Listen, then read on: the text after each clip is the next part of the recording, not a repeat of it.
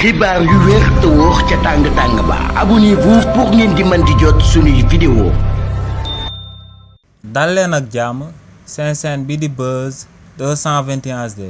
kii di Ousmane Semer Diouf di ancien président de l'Union des magistrats ginnaaw ba mu yëkkatee ay kàddu daal di attaqué député yu daal di bokk ci parti bi di Pastef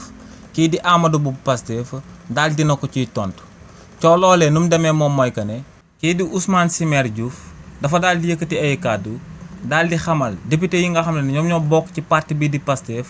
que ne seen loi bi nga xam ne moom lañ bëggoon a daal di introduire ngir daal di fexe déglu ay magistrats biir assemblée nationale daal di koy jaarale ci ay commission d'enquête parlementaire ne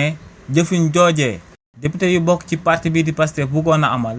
du lenn lu dul populisme bu respecté wut liñ dippee séparation des pouvoirs. ginnaaw nag ba kookee di Ousmane Semer Diouf yëkkatee kàddu yooyee kii di Amadou Ba bu Pastef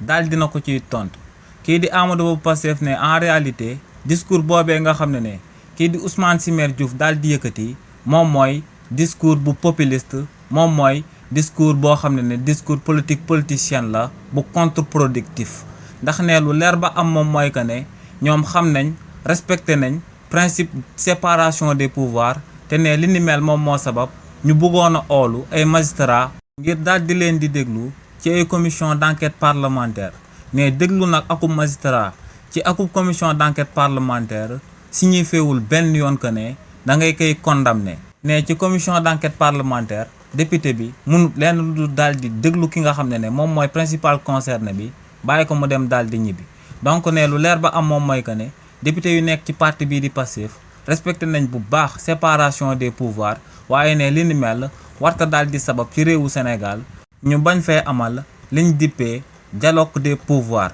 ne pouvoir bu nekk bu la beneen bi soxlaa war ngeen a mën a daal di toog waxtaan ba daal di am ay entente jëmale ko ci li nga xam ne moom mooy gën a consolider démocratie bu réewu Sénégal. xibaar yu wér te wóor ca tàng ba abonnez-vous pour ngeen di mën di jot suñuy vidéo.